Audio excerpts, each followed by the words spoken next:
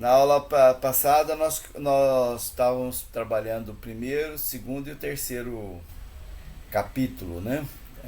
Nas zonas inferiores, Clarencio, a oração coletiva e o médico espiritual, que esse último nós não vimos ainda, o médico espiritual. Nós paramos na oração coletiva. Então vamos começar a nossa aula, fazer a nossa oração da manhã. Eu peço a todos que neste momento, todos nós, silenciemos um pouco as nossas emoções, aqueles pensamentos mais agitados do dia a dia, e pensemos na figura meiga do Mestre Jesus. Vamos serenando as nossas emoções, buscando a paz interior, buscando nos colocar confortavelmente nas cadeiras, na cama, onde a gente estiver, relaxar o nosso corpo físico, respirar profundamente e eu digo gratidão, Senhor. Gratidão pela oportunidade de aprender um pouco mais sobre o seu Evangelho, sobre a doutrina espírita. Gratidão por oportunizar a nós essa busca em cada dia mais, nos melhorar, buscar seguir a sua lei, buscar nos tornar pessoas melhores na convivência com o próximo, na prática do amor que foi preconizada no Evangelho do nosso Senhor. Que nesta manhã o nosso aprendizado possa ser muito bom, que nós possamos nos enxergar em cada passagem que nós estudarmos do livro Nosso Lar e através desse estudo buscar a nossa melhoria, a nossa reforma íntima. Graças a Deus, que a sua paz permaneça entre nós. Assim seja. Muito bem, vamos lá. Hoje então nós vamos... Deixa eu adiantar um pouco aqui os... chegou mais alguém. Bom dia, Rejane, seja bem-vinda. Nós estamos... Bom dia. Estamos iniciando a nossa aula. Fizemos a nossa oração inicial, tá? Estão presentes Dona Eulália, Adriano, Seu Sebastião. E vamos começar então. Nós paramos na aula 1, né? Nós estava na oração coletiva. E hoje nós vamos continuar essa aula. E toda vez alguém quiser interromper, né, compartilhar alguma coisa, participar, tá aberto para participação, tá? Não é só eu que falo, não. Todos devem falar. Então, na aula passada, nós começamos a falar sobre o início do livro. Quem assistiu o filme ou leu o livro, né, vai lembrar dessas passagens que o André Luiz estava no umbral e ele sentia, então, todas as necessidades físicas, fisiológicas, como se tivesse encarnado. E que para a pessoa que às vezes nunca ouviu falar sobre essas questões de espírito, né, depois do desencarne, acha muito estranho. Então nós começamos a entender sobre essa questão. E a própria paisagem lá do local, né, aquela região assim bastante feia mesmo, né, as imagens de filme de terror e as pessoas assim atormentando ele, acusando ele de ter cometido suicídio. Ele diz aqui seres monstruosos, formas diabólicas, umas palavras assim que a gente imagina assim que é um local bastante sinistro. E depois de um certo tempo que ele permaneceu lá, ele começou a perceber alguns valores que antes ele não considerava enquanto encarnado. Que o André Luiz, embora ele tenha sido uma pessoa que, perante a sociedade nossa, a sociedade humana, foi uma pessoa que cumpriu com seus deveres e tudo mais, mas ele não tinha, por exemplo, uma religiosidade, uma espiritualidade, não se envolvia muito com essa questão. E ali no umbral, ele, através daquele sofrimento, através daquela dor que ele sentia, ele começou a perceber a importância desses valores, como a religião, percebeu que a morte não existe, né? Só morre o corpo, fortaleceu a fé. Ele sentiu então que a maior punição que ele recebia era dele mesmo, da própria consciência, não tinha noção de tempo, e percebeu que todos os aprendizados, as conquistas dele, ele levou com ele, né? Na questão de conhecimento, de aprendizado mesmo. E começou a pensar em Deus também. Então ele fez quando o sofrimento ele já estava assim muito esgotado, né, daquele sofrimento, ele resolveu então fazer uma oração, né, e buscar socorro. Veio o arrependimento, aí ele começou a perceber que Deus existe, né, e que precisava se ligar a Deus. E daí então que ele se permitiu que o socorro viesse também, que até então ele não se permitia, né? É fácil a gente entender isso. A pessoa, quando ela está muito envolvida na própria vício, na própria dor, ela não aceita ajuda, né? Por mais que as pessoas queiram auxiliar ela não aceita. Isso até acontece aqui no plano físico mesmo. E tem essa passagem aqui, nós só estamos recordando uma parte do que passou, né? Que ele lembra do pessoal que ficou aqui, de nós, né? E manda um conselho para nós, né? Para a gente levar a sério a vida, que o negócio lá não é muito fácil. E até nós lembramos daquela passagem do Cristo, daquele rico, né, e o mendigo lá que ficava pegando as migalhas, e que depois desencarnaram e chegaram à frente ao Senhor, e ele queria voltar à terra, né, o rico, para avisar seus parentes e tudo mais, e o Senhor falou: não, eles estão muito bem avisados, né, tem os profetas, tem a lei, não querem ouvir. Então às vezes assim somos nós também, que nós nos comportamos dessa maneira. Os avisos vêm de todo que é lado. São as religiões que existem, são até música, livros, tudo que a gente ouve às vezes nos chama para mudança, o próprio sofrimento, os próprios exemplos que a gente presencia, mas a gente se faz de cego e surdo, né, diante do chamamento do Senhor para mudança.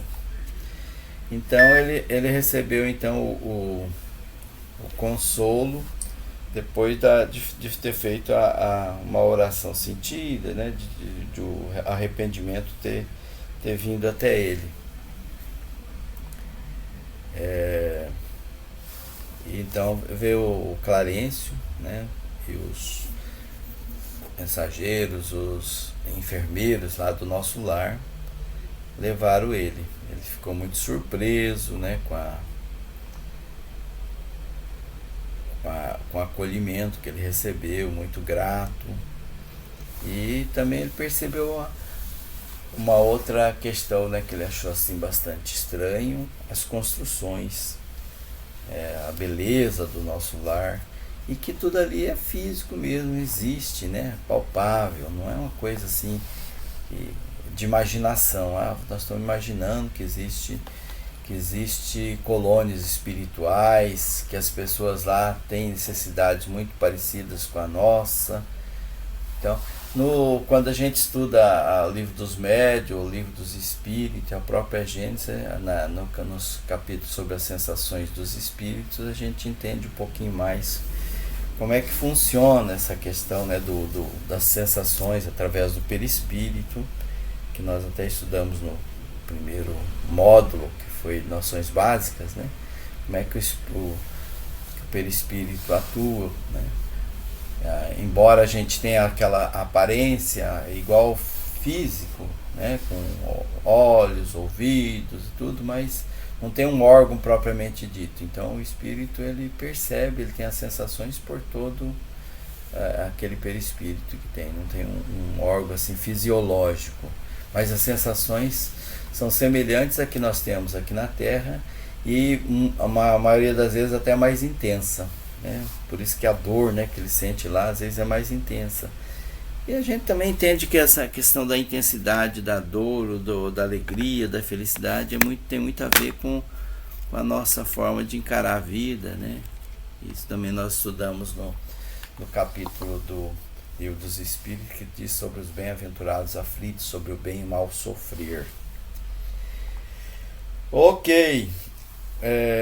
Bom, aqui então ele vai descrever como é que eram os aposentos, né, lá do hospital onde ele foi internado, que era acolhedor, e o enfermeiro dizia que ele estava na esfera espiritual vizinha à Terra. O nosso lar diz que é situado bem acima da Terra, numa região ali do Rio de Janeiro. Ele se alimentou também, né? Serviram um caldo reconfortante, está dizendo aqui, água fresca. E aqui então que nós tínhamos parado na anterior, né? Que é o capítulo 3, os efeitos da oração coletiva. Depois que o André estava lá no nosso lar, já está sendo tratado, sendo medicado, ele já tinha sido informado de algumas questões, né, sobre a própria situação dele, então ele já estava mais ambientado. Aí eles teve então a primeira prece, a oração coletiva, a primeira prece coletiva em nosso lar. Ele dizia assim que operou nele uma completa transformação. Pobre coração saudoso e atormentado, a maneira de cálice muito tempo vazio, encheram-se de novo de gotas generosas do licor de esperança. Nosso lar, ele tem o horário da oração coletiva, onde todos participam da oração coletiva. Aqueles que não podem se movimentar, né, para se reunir ali no pátio, né, que eles assistem, ouvem, né, através de telões de televisão, que eles dizem, né. Lembremos que esse livro ele começou a ser escrito em 1943, né, começou a ser escrito.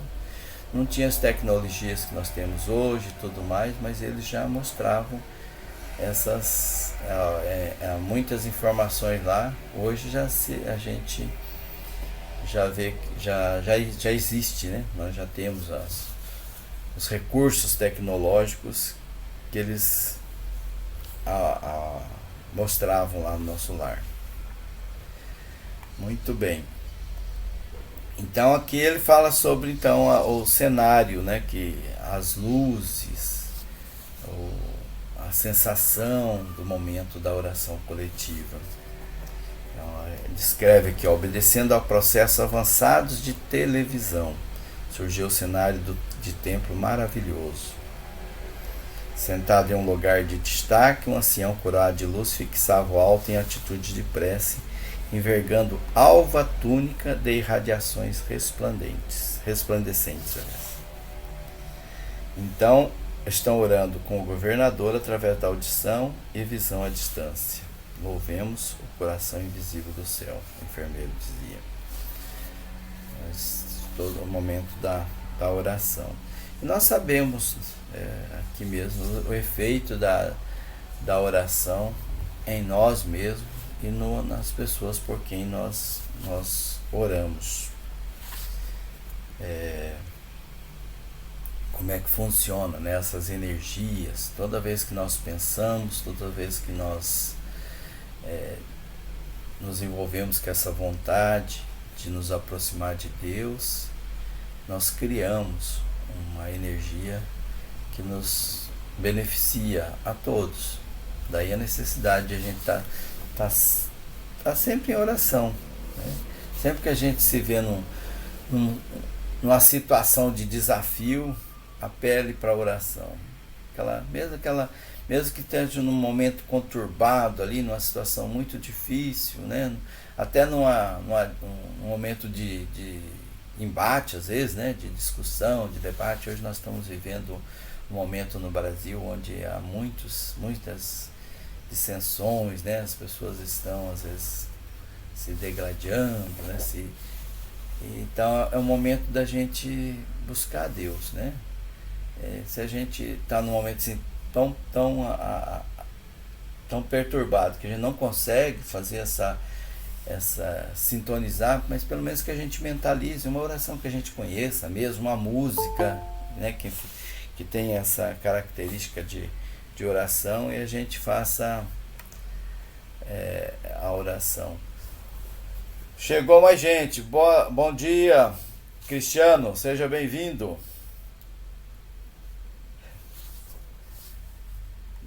Mais alguém está presente.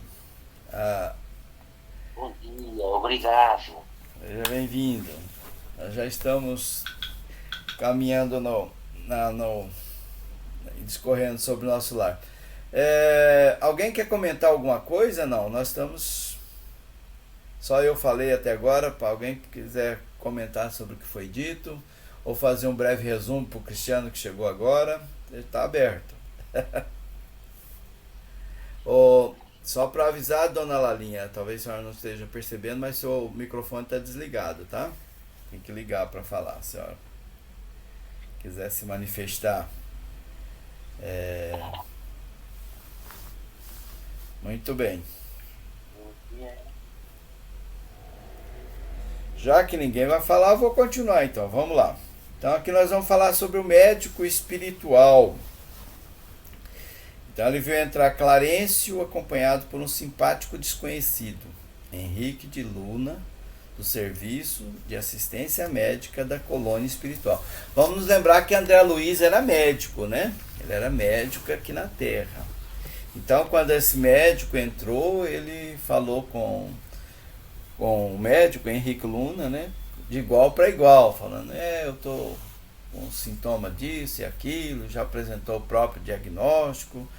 E depois, com o tempo, ele foi percebendo que a medicina lá no plano espiritual é um pouquinho diferente. Eles trabalham não só com a parte física, mas bem mais além disso aí, né? Eles vão na origem das enfermidades, que está lá nas emoções, né, nos desequilíbrios emocionais que provocam essas doenças. Hoje, aqui na Terra, nós já estamos também estudando sobre isso aí, né? Cada vez mais nós estamos aprendendo que as enfermidades...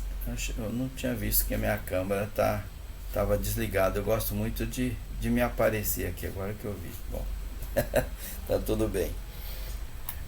Então, os médicos, eles trabalham lá de uma maneira diferente. E daí o Henrique, ele falou, tem uma frase aqui, né, que tá colocada aqui no nosso slide: o organismo espiritual apresenta em si mesmo a história completa das ações praticadas no mundo. Então é como um disco, né, um gravador, vamos usar um chip, né, o nosso aqui, onde se grava tudinho o que aconteceu. Então o organismo, ele apresenta essa situação assim de enfermidade, porque nós fizemos algumas coisas que comprometeram ele. Nós não tratamos bem as nossas emoções e, consequentemente, isso repercutiu no corpo físico. É isso que ele está dizendo aqui. Então ali está tudo registrado, né? Os exageros na alimentação. Estou citando o caso do André Luiz mesmo, né? Que foi o que eles disseram. Os exageros na alimentação, na bebida, no sexo, que ele frequentava, né, casas prostíbulo, a questão do cigarro, da bebida. Então ele está tudo registrado ali no corpo perispiritual dele. E no nosso caso, o corpo físico. Quando encarnados, o corpo físico vai registrando esses nossos desequilíbrios, essas nossas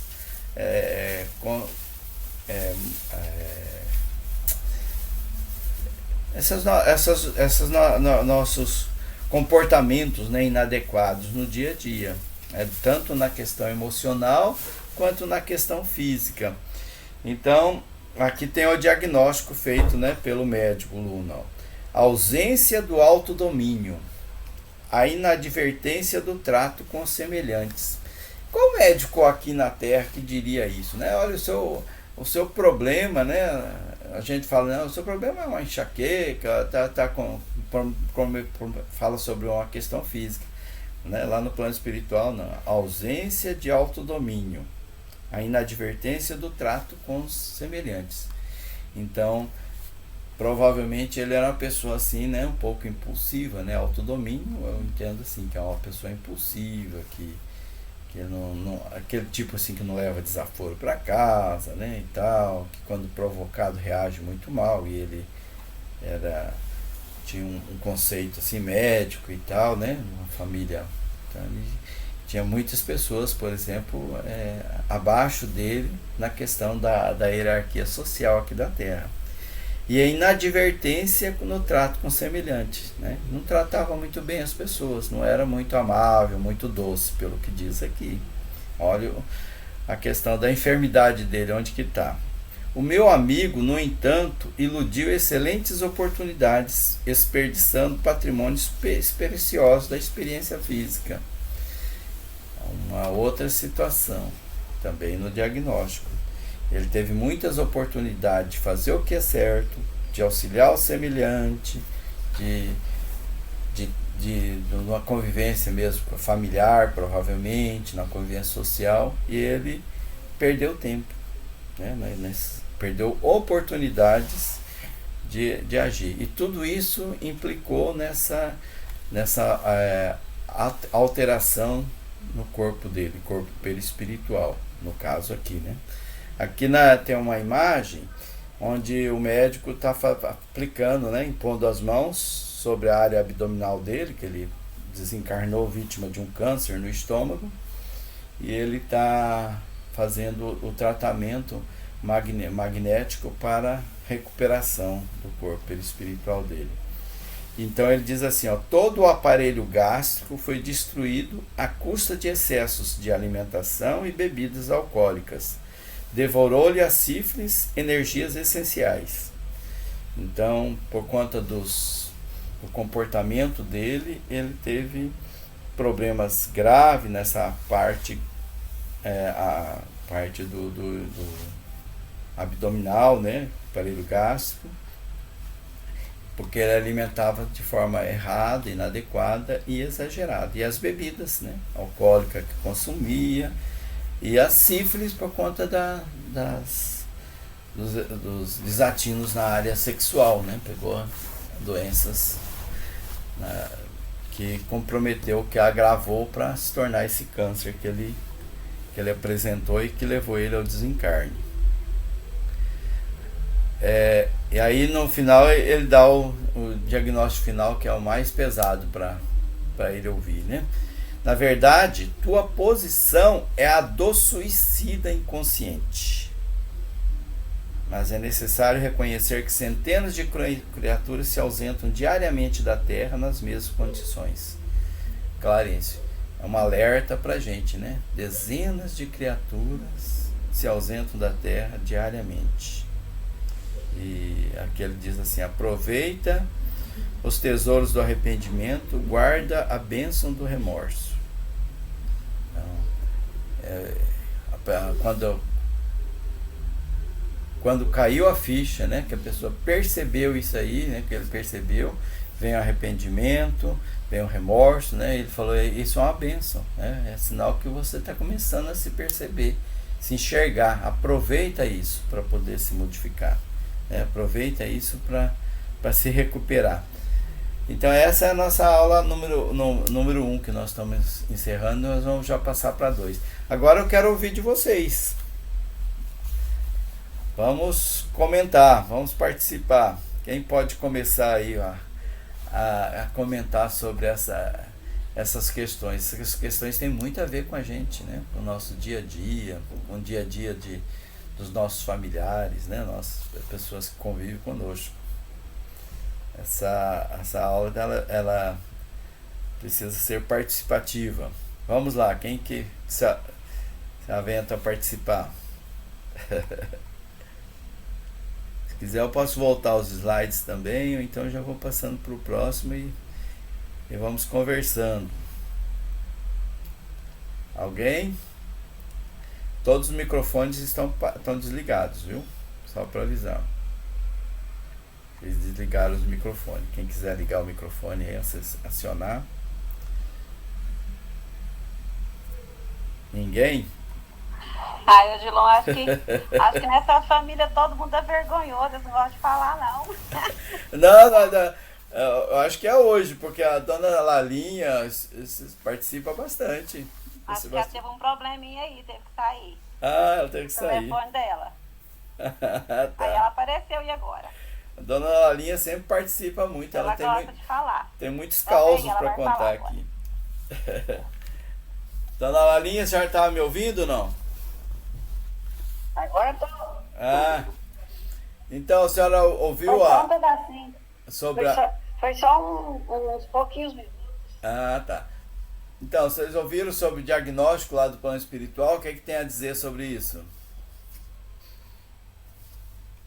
Como é que é feita o exame médico lá do Luna, médico do André Luiz? Não vi, esse eu não vi, não. Não ouviu? Ah, então alguém vai botar a senhora para aí. Quem pode colocar para? Eu volto aqui o nosso slide. Depois eu vou ver de novo. Você manda ele pro YouTube, eu vejo de novo. Então tá bom. Tem muito tempo disponível, Dilon. Meu tempo é grande e disponível. Então tá, depois eu mando então. Então vamos passar para a nossa aula de número 2, né? Deixa eu achar aqui mudar aqui os slides. E O carro. fiz alguma coisa aqui que não deu muito certo. Peraí. Acho que eu tenho que parar a primeira apresentação e colocar a próxima. Apresentar agora.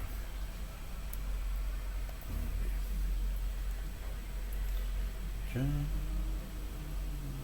aula 2, compartilhar, tá?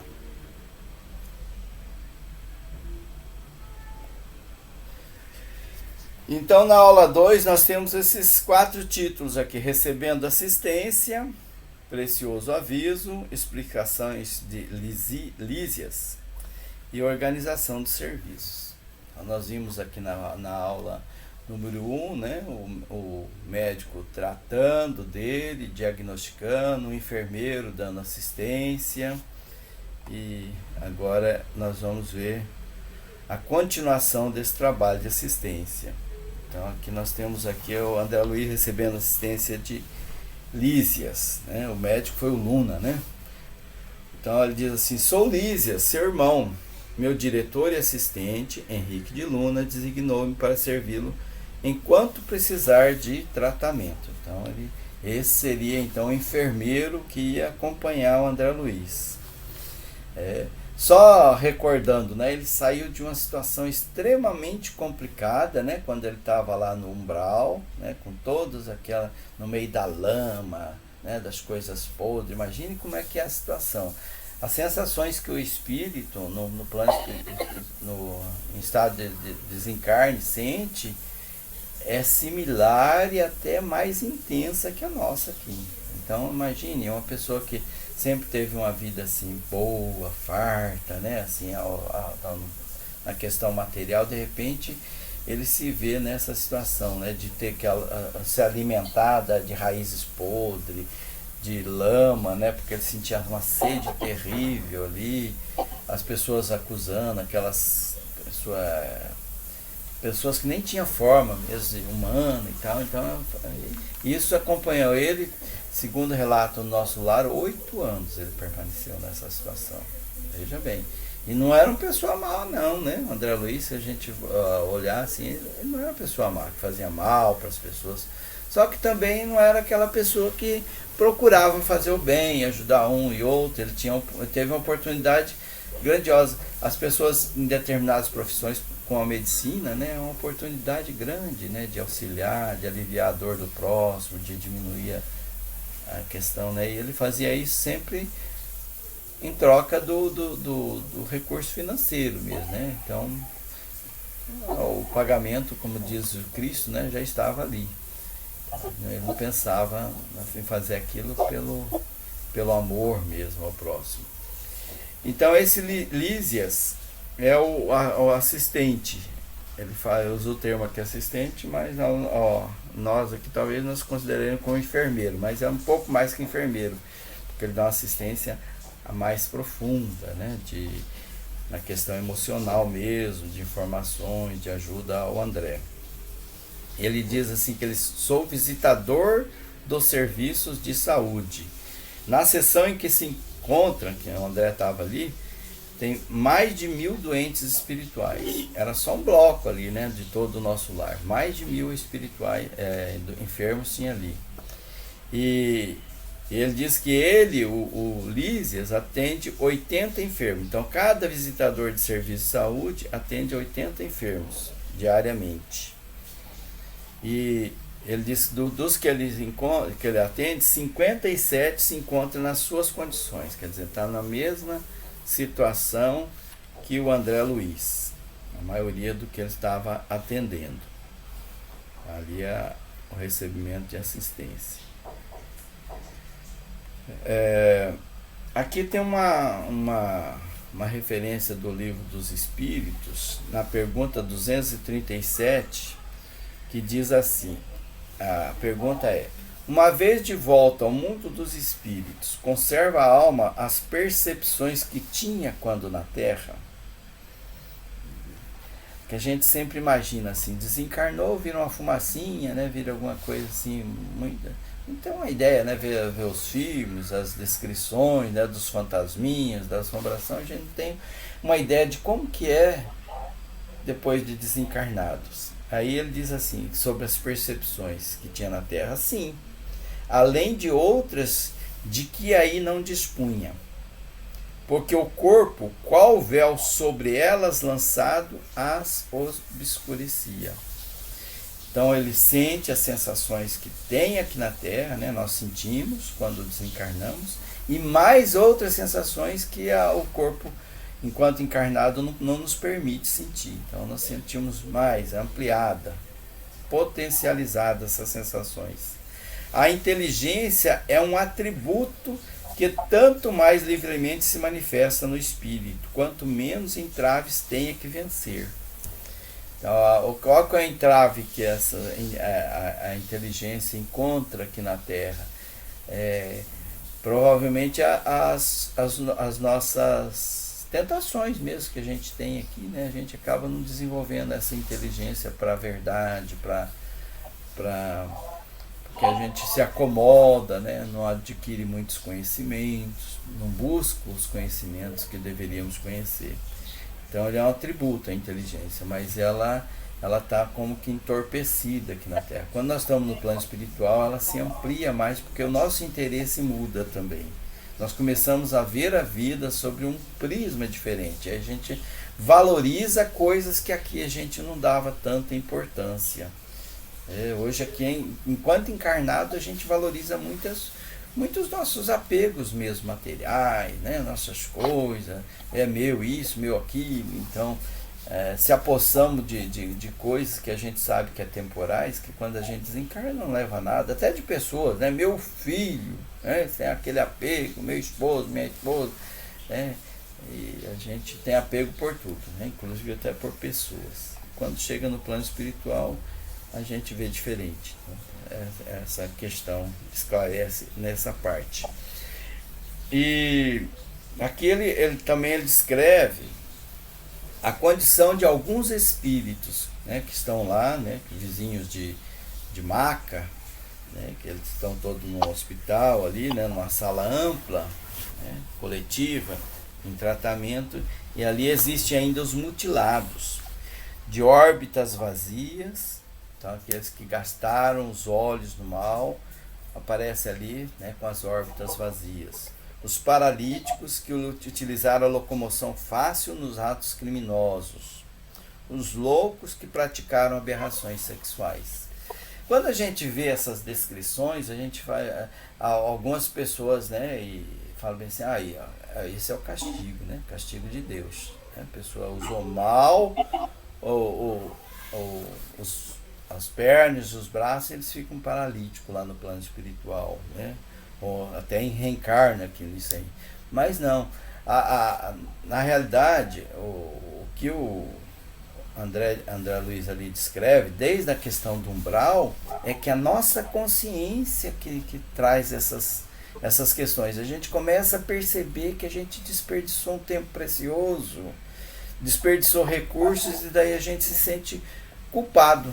E daí começamos a modificar essa culpa, esse sentimento de não fazer, né, que a gente percebe o quanto que a gente poderia ter feito por nós mesmos e pelo próximo e não fizemos, que essas energias geradas pelo remorso, pela culpa mesmo, nos modifica o nosso perispírito, e a gente sente dificuldade de locomoção, né? Fica louco, né? Na questão, por exemplo, das aberrações sexuais, que diz aqui. Então, é nós mesmos, com a nossa consciência, que nos colocamos nessa condição de... E essa condição também ela permanece por um tempo mais ou menos longo, de acordo com a nossa percepção da vida. Conforme nós vamos nos melhorando, vendo a vida diferente, nós mesmos vamos conquistando essa nova formatação do corpo perispiritual. Nós vamos nos recuperando. Então, Deus não castiga, né? Nós é que nos sentimos responsáveis em determinados tempos, né, pelo aquilo que nós provocamos. Aqui nesse quadro aqui eles falam sobre os trabalhadores do nosso lar. Trabalhadores do nosso lar. Somos felizes porque temos trabalho. A alegria habita cada recanto da colônia, porque o Senhor não nos retirou o pão abençoado do serviço. Lísias diz aqui. Então, no nosso lar, a maioria quase que absoluta, um ou outro que é mais preguiçoso ali, né? Que é mas a maioria dali, eles querem o trabalho. Eles buscam o trabalho. Que é a alegria de trabalhar. As pessoas ali, elas saíram de uma situação assim extremamente complicada, né? De sofrimento extremo. E estão agora numa situação bem mais confortável, e daí eles começam a sentir a necessidade de trabalhar, eles começam a perceber que o trabalho é uma forma de aproveitar melhor o tempo e de se sentir mais prazeroso pelo aquilo que faz, que realiza. No livro, né, ele vai descrever essa situação de auxílio, né, que o próprio André Luiz busca, e que ele se sente muito bem, né, nessa condição, né, de ajudar o próximo. E também ele fala aqui no outro parágrafo aqui sobre a questão das consequências dos nossos atos, né, que a gente, se a gente ou não usou bem o tempo, ou trouxe prejuízo a alguém, nós que vamos corrigir isso, nós é que vamos buscar consertar essas coisas, né? Vamos assumir a responsabilidade dos nossos atos e tentar acertar a situação. Então ele diz assim, não seria justo impor a outrem a tarefa de mondar o campo que semeamos de espinhos com as próprias mãos. Então Deus, na sua infinita justiça e bondade, nos oportuniza meios para que a gente corrija aquilo que nós fizemos errado. É como um aluno, né, que foi negligente, foi displicente, né? E não estudou direito, no final do ano faz a prova, não dá certo, ele vai ter oportunidade de estudar de novo, né? De passar de novo por situações onde ele vai poder aprender melhor o que ele deixou de aprender naquele momento. Precioso aviso, condições para alcançar a cura espiritual. Então, qual que é o remédio? Qual que é a medicação? Eu não gosto muito dessa palavra remédio, porque diz que remédio remedeia, né? Não, é um paliativo, não conserta. A medicação talvez é mais profunda. Então, qual que é o caminho, né, para acertar isso aí, para alcançar essa cura? Então vem essa parte aqui desse conselho é interessante, porque o André Luiz ele estava num momento assim muito para baixo, né, muito triste, com saudade da família. Meu Deus do céu, minha esposa, coitada, ela deve estar sofrendo tanto a minha falta. Meus filhos, o que será que aconteceu com eles? Como é que eles estão, né? Todos ali estão precisando muito de mim, né? E eu aqui preso a essa situação. Ele começou a melhorar, né, a parte física, e já começou a ter vontades, né, primeiro da reclamação intensa da situação dele, né? Ele estava bem melhorzinho, né? Veja bem, saiu de uma situação no umbral que é terrível para uma situação bem melhor de tratamento e tudo, e ali mesmo ele reclamava.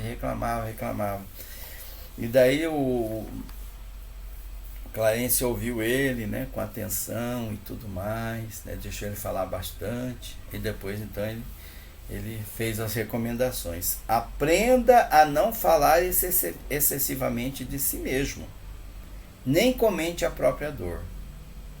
Olha esse conselho vale para todos nós, né? A gente fica às vezes preso a essa questão assim não, mas minha dor, né? Às vezes uma pessoa, a gente ouve muito isso na palestra, às vezes não dá importância, né? Alguém vem e fala sobre um problema que ele está passando, e fala, mas o meu é muito maior, ele começa a reclamar da própria dor. Então, onde a gente vai, algumas pessoas às vezes até fogem da gente, falam, meu Deus do céu, lá vem aquele reclamão, né? Lá vem aquele pessoa falar dos problemas dele, fala de si mesmo, que eu sou muito infeliz, né? Que Deus não é justo comigo, é justo com todo mundo, mas não comigo. Então ele fala, então a recomendação é essa, né? Para se curar. Aprenda a não falar excessivamente de si mesmo, nem comente a própria dor. O outro item que ele fala, lamentação denota enfermidade mental, de curso laborioso e tratamento difícil. Então quem se lamenta muito é um doente, é um enfermo, é isso que está dizendo aqui, né? Denota enfermidade mental. Então quem reclama muito, quem está sempre de mal com a vida, achando que está tudo errado na vida dele, é uma pessoa que tem um problema de enfermidade mental. E para corrigir isso, ele diz, é um curso laborioso e tratamento difícil. É muito difícil o tratamento para a pessoa que se joga nessa condição, né, de um coitado. Está sempre se achando um coitado, sempre que a vida faz tudo de errado com ele. E aqui diz assim, qual que é a solução para isso? É indispensável criar pensamentos novos e disciplinar os lábios. Então procurar ver a vida de forma diferente, ressignificar as ocorrências, né? Para acontecer uma coisa que não foi boa, foi ruim, pensa diferente sobre isso, né? Não pense que sempre são oportunidades de aprendizado, né? Sempre tem o lado bom daquela ocorrência, que às vezes a gente não consegue enxergar porque fica muito preso à própria dor, à própria enfermidade, como diz aqui, mental. Então, procure ver a vida de forma diferente, pensamentos novos. Então, pensa positivo, pensa sempre bem, pensa sempre bom, né? Às vezes a gente sempre era aconselhado a falar assim, vai dar certo, vai dar tudo certo. Agora a gente até mudou um pouquinho isso aí. Não, está certo, está tudo certo. Não tem nada errado. Porque como que vai estar errado? Né? Porque Deus é justo, Deus é bom, Deus é perfeito em tudo. Então tudo que acontece está certo. né? Tudo é bom. A gente às vezes que não consegue enxergar. E quando a gente observa a própria natureza, né, nas suas mudanças, nas suas ocorrências, a gente percebe que de tudo sai coisa boa, né? Do lodo lá da lama potrificada, sai às vezes aquelas plantas, né, tão bonitas, né, que nos alimentam, que nos embeleza a vida, né? Então, tudo tem a sua parte boa que a gente às vezes não consegue enxergar, não consegue perceber. Os 8 anos que o André Luiz passou no umbral foi uma coisa excepcional, muito boa, né? Olha como ele cresceu, como ele aprendeu. Assim é com todos nós. Precisava passar 8 anos? Talvez não. Talvez ele pudesse passar metade do tempo, ou talvez outros passam o dobro do tempo, outros ficam centenas de anos. Depende de cada um, né? Deus nos dá a liberdade de nós avançarmos de acordo com o nosso tempo, com a nossa vontade, com o nosso desejo, né? Então, conforme a gente vai caminhando, a gente vai percebendo a necessidade de crescer ou não. Então, a decisão sempre é nossa, né? Nos dá o livre-arbítrio. Então, criar pensamentos novos, né? Ver a vida de forma melhor, mais otimista. Isso começa com a gratidão. Ser grato a Deus. Eu acordei hoje. Olha que bom, que beleza, né? Quantos estão no hospital? Né? Quantos estão, nem acordaram, né? Estão desencarnando? Quantos estão numa situação muito difícil? Eu acordei hoje. A vida é bela, a vida é boa.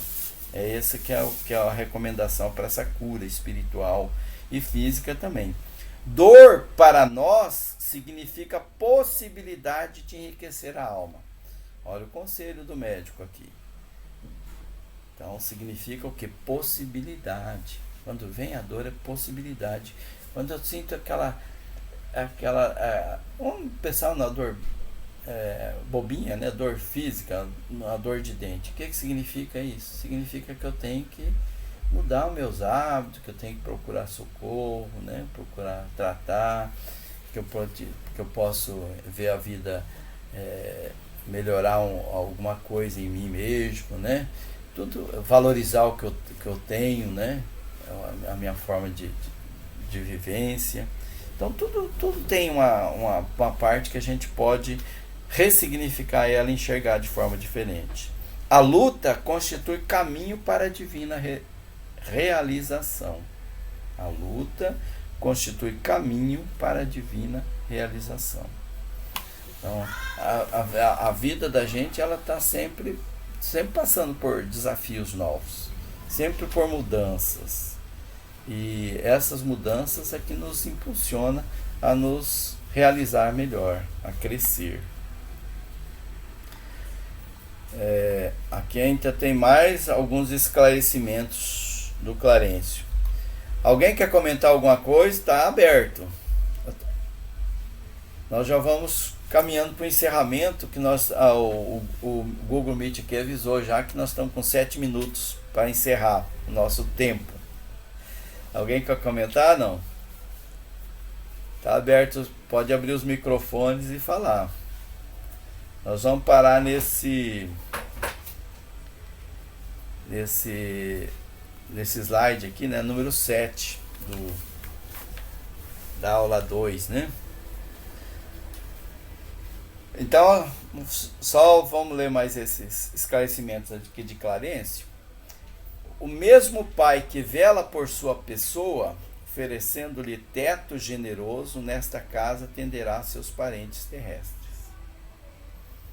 Então, o mesmo Pai que vela por sua pessoa, oferecendo-lhe teto generoso, nesta casa atenderá os seus parentes terrestres. Porque ele estava muito preocupado, né, em atender a família e a esposa e os filhos, e tarará. Então o cliente estava esclarecendo, ó, o Pai que ajuda você aqui também ajuda seus familiares lá.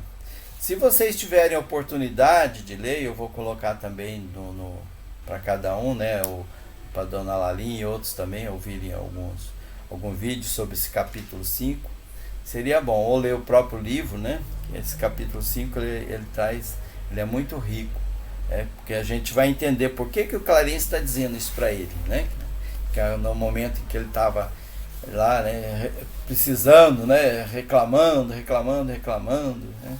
É muito interessante que o Clarence dá oportunidade para ele falar, daí ele fala mesmo, daí ele reclama, e chora, e fala, e ele vai alimentando. Aí depois que ele termina, daí ele fala essas coisas para ele, e ele fica assim quietinho, né, e fala, meu Deus, como que a gente se comporta de forma assim equivocada, né? Como é que a gente vê a vida de forma equivocada? Devemos ter o nosso agrupamento familiar como sagrada construção, mas sem esquecer que nossas famílias são seções da família universal sob a direção divina. A gente é muito preocupado com a nossa família, né? A minha família é tudo, a família do outro nada, né? Então aqui ele lembra da família universal. Todos somos irmãos. E nós, como espíritas, mais ainda percebemos isso. Hoje meu filho é um determinado espírito, na outra encarnação, de repente, vai ser uma pessoa completamente diferente, completamente estranha, às vezes, ao meu meio aqui, que é a necessidade que nós temos, né, de aprendizado, de crescer, de aprender. Se deseja permanecer nesta casa de assistência, aprenda a pensar com justeza. Ele não está fazendo aqui uma ameaça, que você vai ser expulso da casa se você não mudar seu jeito de pensar. Não é isso. É que se ele continuar nisso aí, ele mesmo vai ser impulsionado, né? Vai ser atraído por regiões diferentes. Que é o que aconteceu quando ele foi pro umbral. As afinidades. Eu estava ligado àquelas emoções, aqueles tipos de sentimento, aquela energia, eu vou para aquele lugar, né? Porque eu me sinto atraído ali. E alguns se sentem muito confortável até em situações muito, muito difíceis, né? Para outros falam assim, meu Deus, como é que aquela pessoa pode viver naquela condição? Tá bem ali, né? Não é o momento dele mudar, né? Tá bem vivendo no meio das pessoas que praticam o mal, que gostam de coisas diferentes, né? Então, é o tempo de cada um. Bom, meus irmãos, vamos encerrar então a nossa reunião dessa manhã. E quem que pode fazer a oração final para nós?